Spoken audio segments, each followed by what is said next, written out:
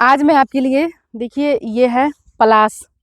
और बहुत लोगों को पलास की पहचान नहीं हो पा रही है, पलास समझ नहीं आ रहा है। देखिए ये छोटा सा पौधा है पलास का, और ये मेड़ पे लगा हुआ है, खेत की मेड़ पे।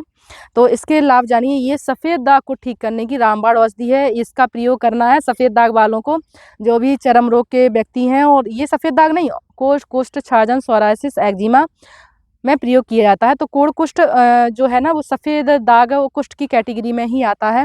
तो जिनको ये समस्या हो रही है उसको इन दोना पत्तल को ही प्रयोग करना है। ये दोना पत्तल जो है ना, बहुत ही कारगर औषधि है।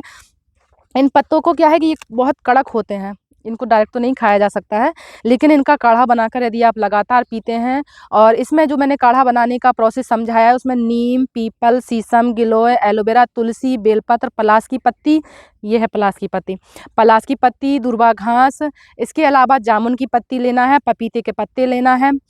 इनको सबको इकट्ठा करके 200 ग्राम की मात्रा में, और आपको 5 लीटर पानी में पकाना है।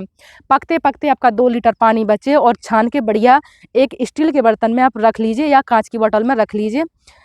और इनको आपको आधा कप सुबह, आधा कप शाम को, ये आपकी चाय है, और इनको आपको पीना शुरू करना है। अगर आप ऐसा करते हैं तो आपको कोढ़, कुष्ठ, छाजन, सोरायसिस, सफ़ेद दाग से लेके ब्लैक दाग, जो काले दाग किसी को बन जाते हैं, वे वाले दाग, पिंपल्स, झाइयाँ, ऐसे सभी स्किन प्रॉब्लम के लिए ये बहुत ही कारगर काढ़ा है। आप इसका प्रयोग कर सकते हैं, लेकिन स्पेशल सफ़ेद दाग वालों के लिए है कि जिनके में शरीर में कलर पैचेस नहीं बन रहा है, उनके लिए आप इस पौधे की पहचान करिए। और ये पलास का पौधा है। जामुन का तो आप जानते होंगे, पीपल भी आसानी से मिल जाता है, बेलपत्र भी शंकर जी के मंदिर पे तो मिलता ही मिलता है, तो वहाँ से आप ले आइए।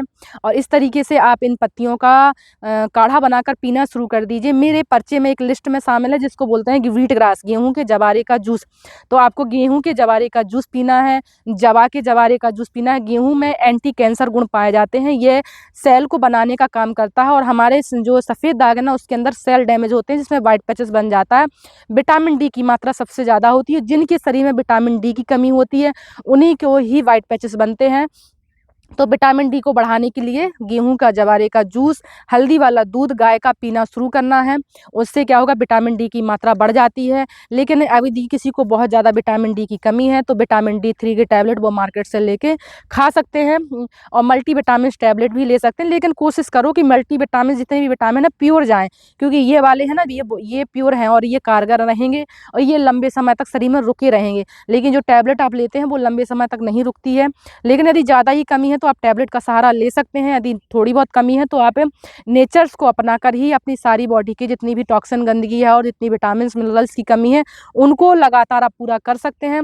तो आप इस पत्ते का प्रयोग बढ़ा दीजिए। हमारे बुंदेलखंड वासियों से निवेदन है कि ये सफ़ेद दाग जो बुंदेलखंड वासी हैं वो तो इससे छुटकारा पा ही सकते हैं, क्योंकि यह बुंदेलखंड में बहुत ही पर्याप्त मात्रा में उपलब्ध है। हर 2 कदम पर ये इसका वृक्ष आपको पौधा मिल जाएगा, तो इसका प्रयोग करना है।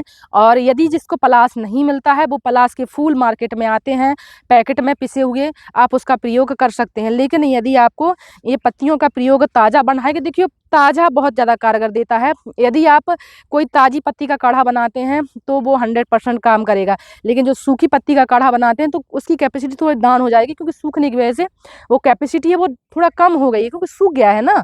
हरा है, ये हरे का ज़्यादा रिजल्ट तेज मिलता है। यदि तुरंत काम करनी है कोई मेडिसिन पर, तो हरे पे काम करना। और जब नहीं मिले तो मजबूरी है तो फिर सूखा ही प्रयोग करिए।